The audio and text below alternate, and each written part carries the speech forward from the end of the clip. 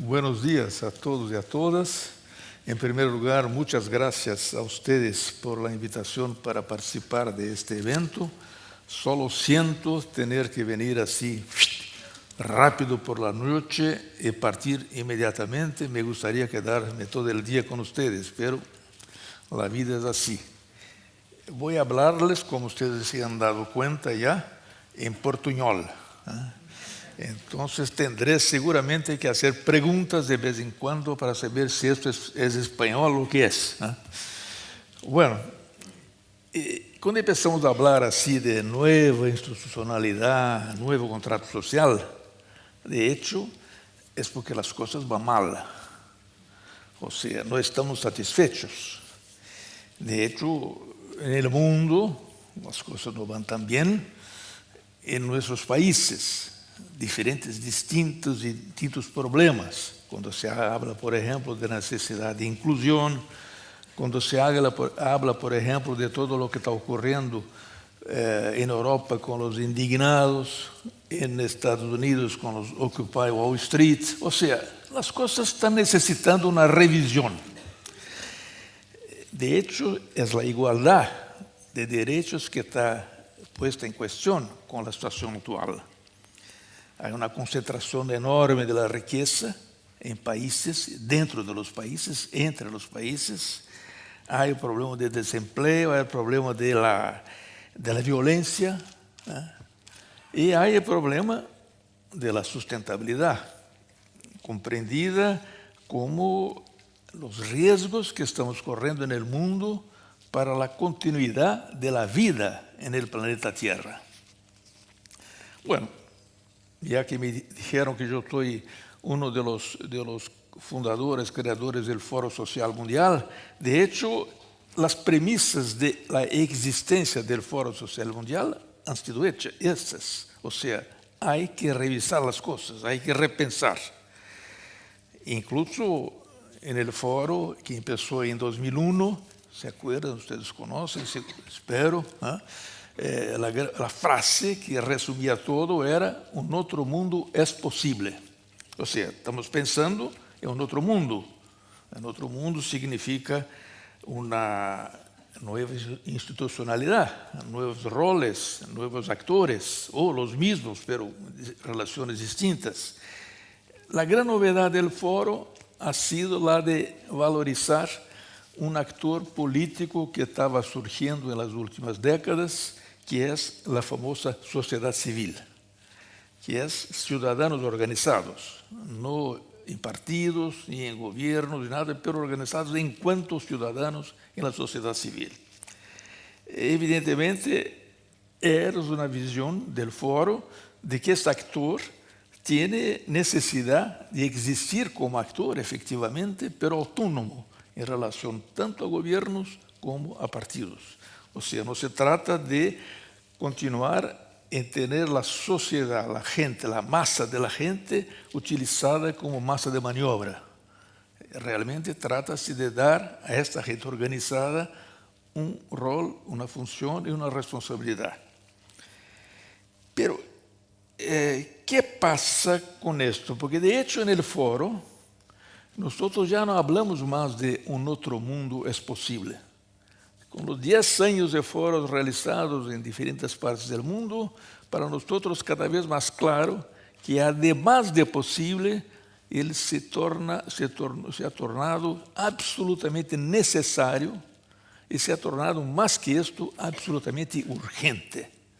Ahí decimos ahora, el foro ya no es más un evento mundial cada 2 años, sino que un conjunto grande de creación de espacios de intercambio y que basado en esta idea de que un otro mundo no solamente es posible, como necesario y urgente.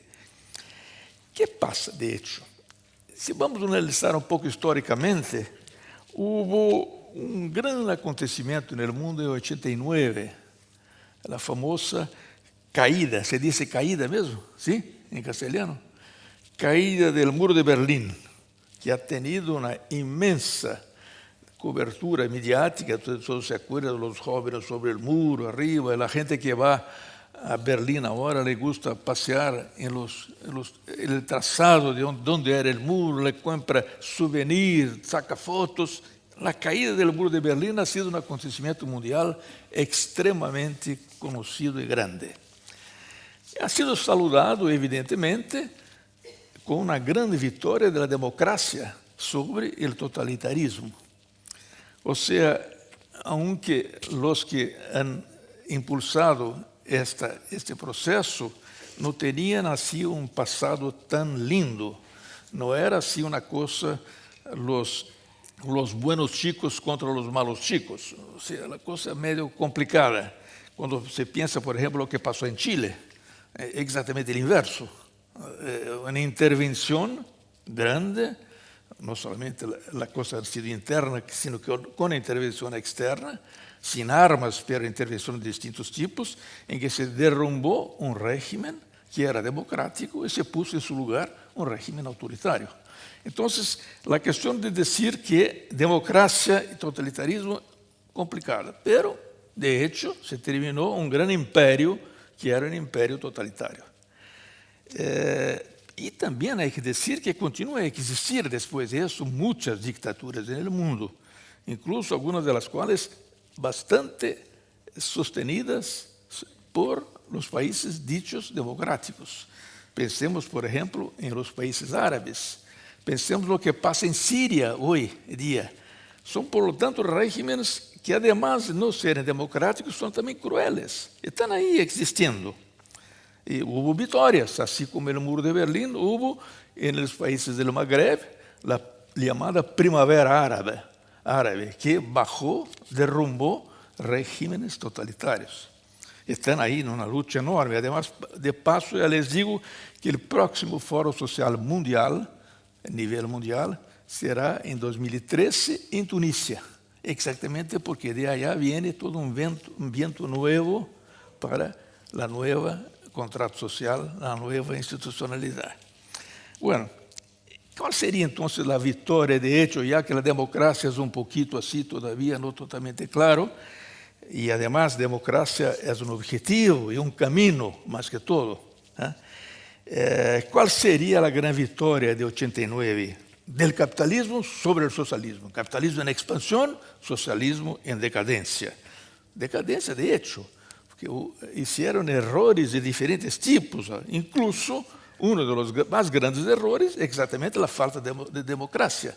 Y para funcionar bien un socialismo, no puede ser autoritario, tiene que ser participativo, y para que dure, tiene que ser acompañado de una revolución cultural, no la de Mao, una revolución cultural de hecho. Y ambas las cosas no han ocurrido en la Unión Soviética. Entonces, pero de hecho, con la caída del muro de Berlín, para muchos en el mundo, yo mismo, que soñaban con el socialismo, esto ha sido una gran decepción y nos trajo una gran perplejidad. Porque ya lo sabíamos que iba a ocurrir. La falta, no solamente por la falta de democracia, revolución cultural, también por la manera como la cosa era conducida ahí adentro. Yo mismo tuve oportunidad en distintas situaciones, yo estaba en exilio ahí en Europa, y antes de volver a Brasil y entonces no tener la posibilidad, yo hice una visita a la Unión Soviética en 80, y ahí ya se veía que la cosa iba a ocurrir algo, o entonces se sentía un peso de una cosa de plomo sobre el país. Bueno, yo hice una visita no oficial para comer caviar, sino que una visita como turista, y turista extremadamente controlado, extremadamente limitado. Bueno, de todas maneras, el sueño que se cayó, tenemos que continuar. Y ahí, ¿qué hacer? El sueño es el sueño de igualdad, fraternidad, justicia, es este el sueño. Que nos hace hablar hoy día de socialismo aún, para los que quieran, con 1000 adjetivos, ¿no? No solamente, no es socialismo real, es socialismo con 1000 adjetivos que metemos, participativo, democrático, etc. O entonces hay los que hablan como yo hablo, pós-capitalismo. O sea, no se trata de construir otro modelo, sino que pasar de este a otra cosa que seria um pós-capitalismo. Mas vocês podem perguntar, por que superar o capitalismo? Que é justa? Isto é exatamente a análise que eu hago, porque os problemas atuais são consequências de sua lógica. Então, a grande vitória de 89, com a caída do muro de Berlim, não ha sido solamente da democracia, solamente do capitalismo sobre o socialismo, sino que da lógica do capitalismo. É uma lógica que é composta de um objetivo general, ganhar plata. Ou seja, a atividade econômica tem o objetivo ganhar plata. E três estratégias fundamentais: a estratégia do mercado, a estratégia da competência e a estratégia do consumismo. Esta lógica, depois do muro de Berlim, depois de 89, invadiu todo o mundo como um tsunami. Com uma rapidez enorme, chegou a todos os países, ricos e pobres, o que seja. E hasta entrou fortemente no último reduto dicho socialista do mundo, que é a China. E eles mesmos chamam agora seu régimen de um régimen de socialismo de mercado. Ou seja, essa lógica que entrou. O que é essa lógica de hecho? Primeiro, ela conhecia o objetivo de ganhar plata. Todo solo sirve para isto. Todo o que hagamos, economicamente, todo. As necessidades humanas, que seria o outro objetivo de outro tipo de lógica, são solamente um pretexto para ganhar plata. Ou seja, se eu fabrico uma silla para você, não é para que você possa sentar-se, é para que eu possa vendê-la a você. Se eu não la vendo a você, estou fregado. Puse plata e não tive a plata de volta. Então, é a absoluta pretexto. Há pretextos piores. O sistema é incrivelmente cruel, porque utiliza incluso as necessidades mais recônditas do ser humano. Bueno, então, o mecanismo básico é isto, ganhar plata, é o objetivo. E o mecanismo, o mercado. Tasker dijo, já quando antes do muro, 10 anos antes, em sua campanha eleitoral, Margaret Thatcher, que ella com Reagan han sido os que han impuesto todo esse processo, Thatcher dizia, teria uma frase tina, em inglês, there is no alternative. Ou seja, não há alternativa. O mercado vai resolver todo, ou seja, adiós a la planificação general. Incluso a planificação pode ser democrática, pode ser participativa, pero sempre tem um olor de autoritarismo. Então, é um adiós também a la intervenção do Estado. Vamos ao Estado mínimo, por favor, reduzcamos esse Estado a quase nada, porque o que interessa é o processo econômico que o mercado vai resolver com a famosa lei da oferta e da procura. Houve um político brasileiro há tempo que estava muito furioso com isso e disse: "Hay que revogar esta lei da oferta e da procura". Ele estava querendo saber qual era o seu número para apresentar um outro projeto de revogação. Bueno, adiós a la racionalidade social, ou seja, em decisões dos governos e das empresas, que são as que produzem bens e serviços, deixemos todo por conta de lo que interessa é ganhar plata. Bueno, há a competência. Isto é o mais terrível. O sistema se mueve por la competência. Competência para ganhar mais que o outro. Bajar custos, descobrir nichos, inovar, aumentar produtividade, especificando tarefas. O filme de Carlitos é muito significativo nesse aspecto. E todo o contrário del sueño de cooperación. Es un sueño de competencia permanente, dura, impiedosa. Y que quien está en empresa sabe muy bien cómo es esa cosa. Si la empresa no trabaja bien, se hunde. O sea, hay una competencia, todos luchando por la cosa. Bueno, y el consumismo, eso es lo más terrible. Porque de hecho, esa cosa, la silla que yo no vendo, no realiza o que eu tenho por objetivo, então há que transformar para não ter estoques, que são plata parada. Por lo tanto, que hay que hacer? Isso é uma descoberta que ha sido hecha nos Estados Unidos. Um publicitário, incluso, chegou com esta ideia, que hagamos o povo consumir.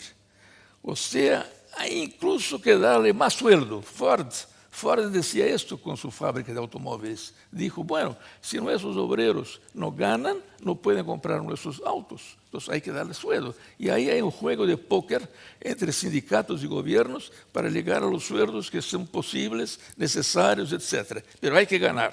Incluso hay que dar más créditos. En Brasil ahora, con la crisis europea, las famosas políticas anticíclicas que hicieron en Brasil, aumentan os créditos. E aí, o consumo vai. E com o consumo, todo continua a funcionar. Porque consumindo, está realizando o objetivo que é ganhar plata. Bueno, evidentemente, para isso se montou uma enorme máquina publicitária com uma tecnologia incrível para hacernos concluir que é bueno consumir. A nosotros nos gusta consumir. La gente actualmente en toda parte lo que más les gusta es consumir. O sea, publicidad. Y yo llamo esto de una máquina, de uma arma de cooptação massiva. Não é de destruição massiva, é de cooptação massiva. Todo o mundo está cooptado por a necessidade de consumir. E se explota incluso as habilidades humanas, se cria necessidades que não existem, pero é um nicho bueno para vender. Há uma competição entre consumidores, seus parientes, seus vecinos, entre consumidores estão sempre competindo para atender o que o outro tem. Há montones de shopping centers que multiplicam. Há aeroporto, uno chega ao aeroporto, tem obrigatoriamente que passar por a zona de comércio para ver se compra algo, não? Hospitales, em Brasil há grandes hospitales que dentro do hospital há um shopping center. Ou seja, inacreditável. Por quê? Porque a gente aí, enquanto espera uma operação, enquanto espera um paciente, por que não comprar umas cositas? Ou seja, assim vai, há que criar condições para vender. Bueno, incluso a coisa que as coisas têm que durar o menos possível. Se eu hago uma silla para você e a silla dura 15 anos, estou fregado. Há que fazer uma silla que dure meio ano para obrigá-lo a comprar uma outra dentro de meio ano. Houve um tempo que eu tive uma estatística que não sei se é correta ou não, mas me han dicho que 30% da investigação que se faz na indústria automobilística nos Estados Unidos é dedicada a ver como as peças podem durar menos, para exatamente poder. Todos nós estamos acostumados com essa tecnologia que avança, que há que comprar aparatitos a cada 2 meses, cambiá-los. E o último que meu filho me hizo comprar agora é incrível, não? Ou seja, realmente impressionante, mas estará dentro de alguns meses já, há que reemplazá-lo. Bueno, e também todo isso. Agora, imaginem-se vocês que combinando isto, competência, consumismo, com desenvolvimentos tecnológicos enormes que houve nos últimos anos.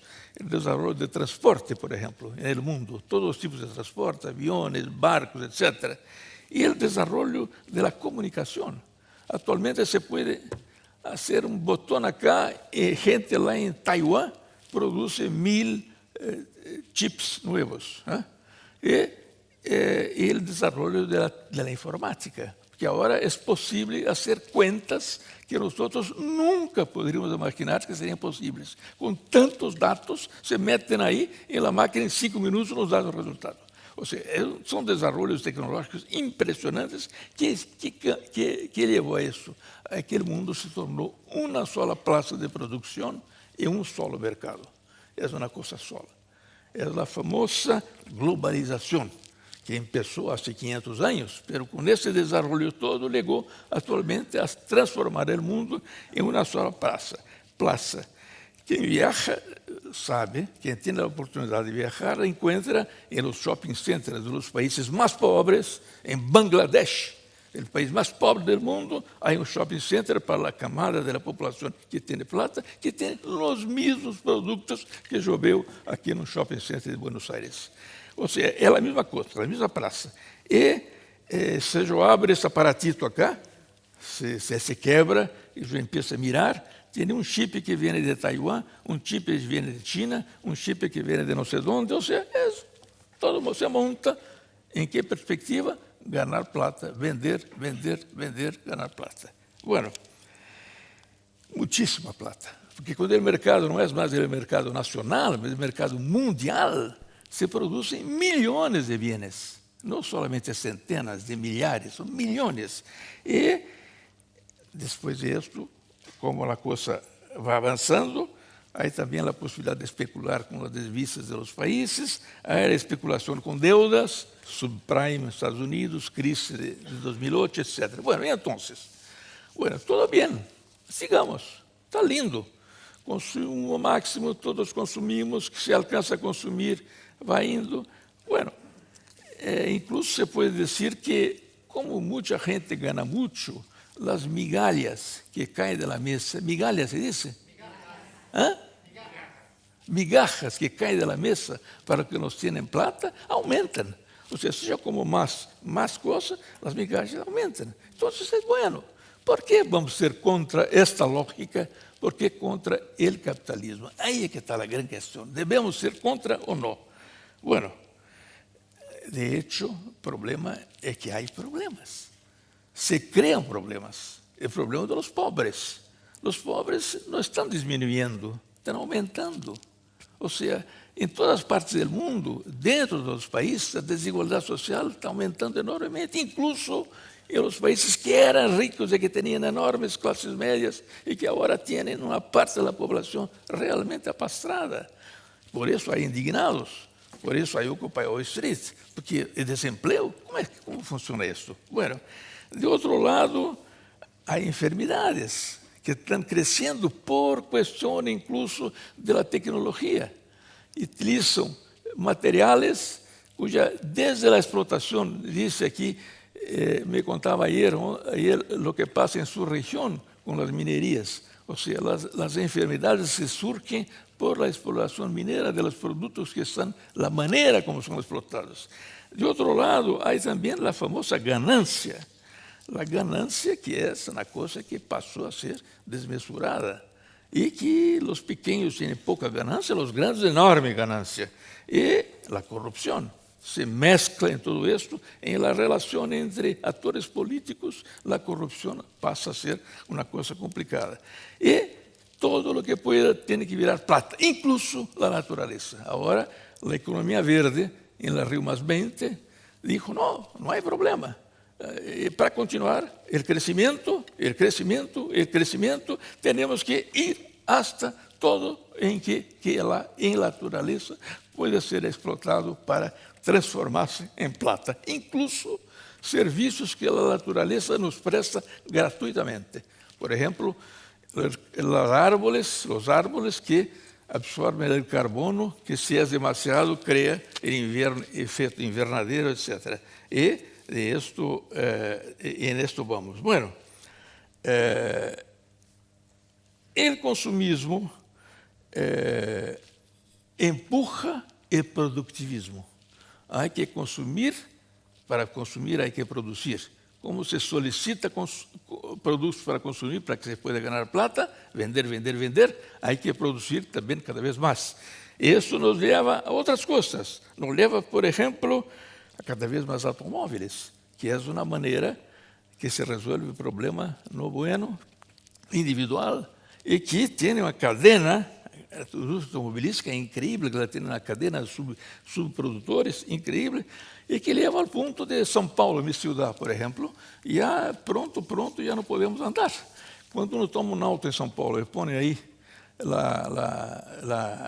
rádio, e há por lo menos a cada 10 minutos, em todas as rádios, alguém que habla del trânsito, como anda o trânsito, como está em tal avenida, como está em tal avenida. Em geral, não é porque há um acidente, porque há uma coisa mal, não. Ellas dicen, as chicas, os chicos, nos micrófonos dicen, porque há excesso de veículos.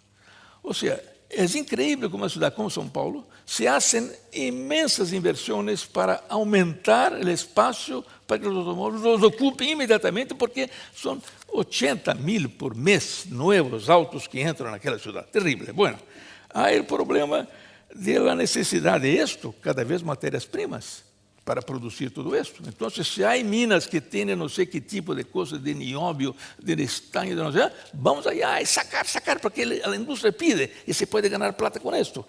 Después, hay necesidad de cada vez más energía.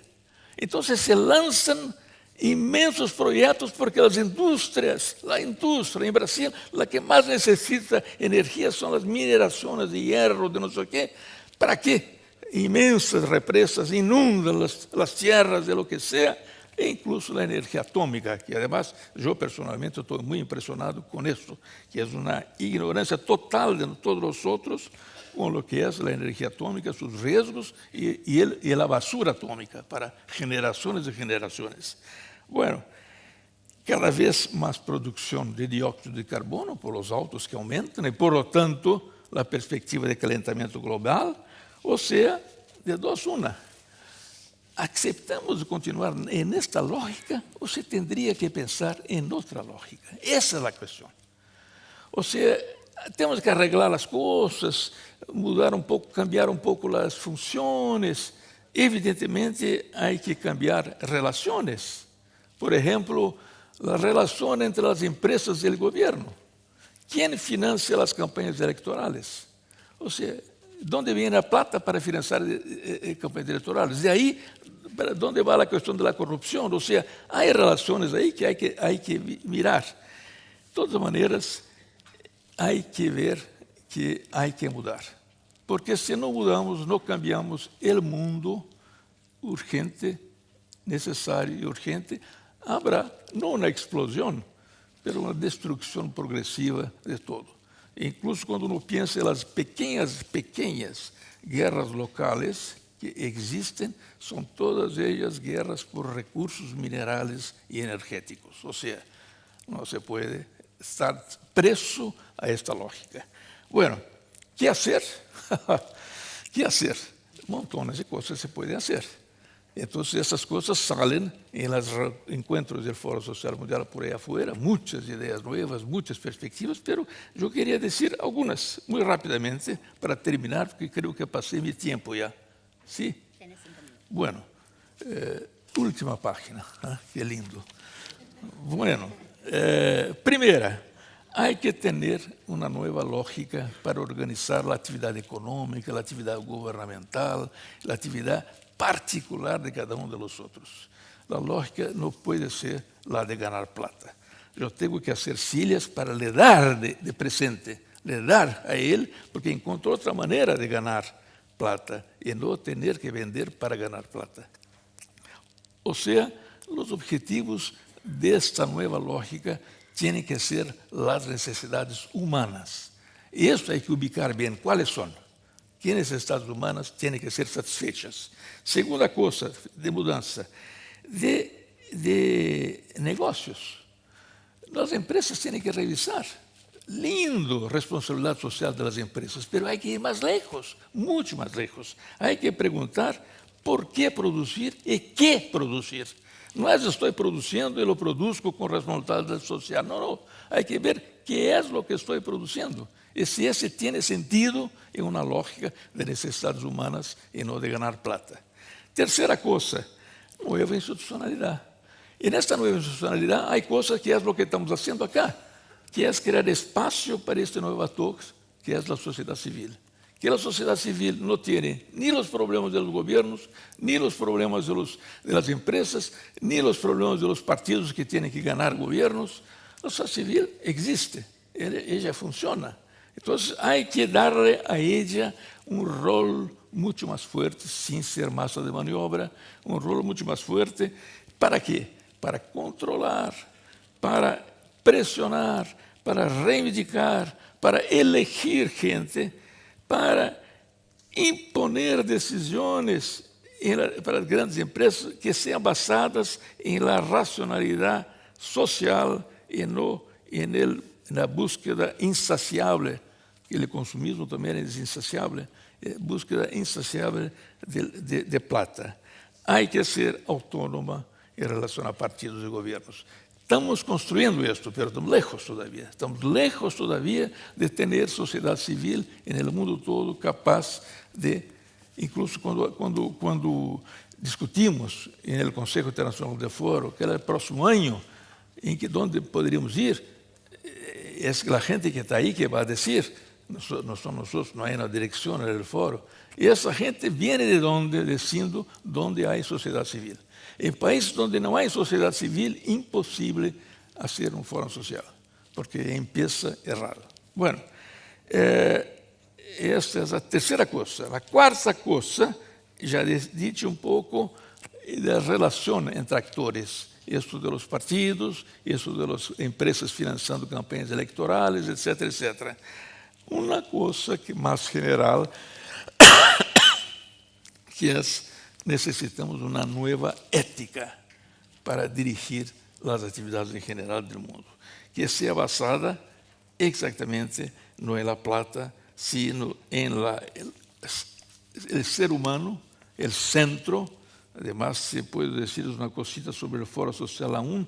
Cuando decimos esto se llama Foro Social Mundial, había un Foro Económico Mundial, porque cambiamos el nombre, porque aquel estaba ubicado en económico, cómo mantener la actividad económica de ellos, y el social, y cómo resolver los problemas sociales. O sea, son dos perspectivas éticas completamente diferentes y que incluye, está cada vez más claro, últimamente se quedó cada vez más claro, que incluye un absoluto y total respecto a la naturaleza, o como los bolivianos les gusta llamar, la madre tierra, Pachamama. O sea, esto es una nueva ética que tiene que entrar en nuestras perspectivas. Y hay también una cosa mucho más difícil, que es una revolución cultural. No la de Mao, llamó revolución cultural, una cosa increíblemente antidemocrática, impositiva, un montón de problemas. No es eso. Revolución cultural en el sentido de cambiar el modo de vivir y de pensar. Hay un cambio a hacer en el mundo y tenemos que multiplicar las ocasiones de que más gente se dé cuenta de que hay que hacer ese cambio. Y pasando, por ejemplo, de la competencia a la cooperación, como valor, como manera de trabajar. Pasando de las pirámides de poder a las redes de articulación. Son maneras distintas de se organizar que están en esto y que incluye cambiar nosotros dentro de nosotros mismos. O sea, la gran exigencia de un cambio de ese tipo no es lo que vamos a exigir de gobierno, de no sé qué, etcétera, es que lo vamos a exigir dentro de nosotros mismos. Hay un famoso activista llamado Gandhi, que tiene una frase muy característica: haga dentro de ti mismo lo que quieres que se haga en el mundo. O sea, hay que empezar dentro de nosotros, empezar no, hay que hacer conjuntamente y cambiar esa cosa. O sea, es un largo camino que está siendo empezado en el mundo. Hay un montón de gente tomando esa perspectiva de cambiar la lógica del funcionamiento del mundo, pero evidentemente es un largo camino. Pero no hay salida. Inventar, cambiar dentro de nosotros mismos, luchar. Yo cuando volví del exilio, pasé 15 años fuera de Brasil, y cuando volví fui a trabajar con el cardenal de São Paulo, que es un hombre muy corajoso, que ha sido un gran luchador contra la dictadura y contra la tortura en Brasil. Para mí ha sido una experiencia formidable trabajar con él cuando volví. Nos acogió a mí y a mi mujer para trabajarmos en las comunidades de base de la arquidiócesis. Bueno, él tenía una frase, siempre que nos despedíamos, él nos decía, bueno, hasta luego, hasta la próxima, continúe. Él tenía dos palabras, él decía, fuerza y coraje, es lo que pido a ustedes.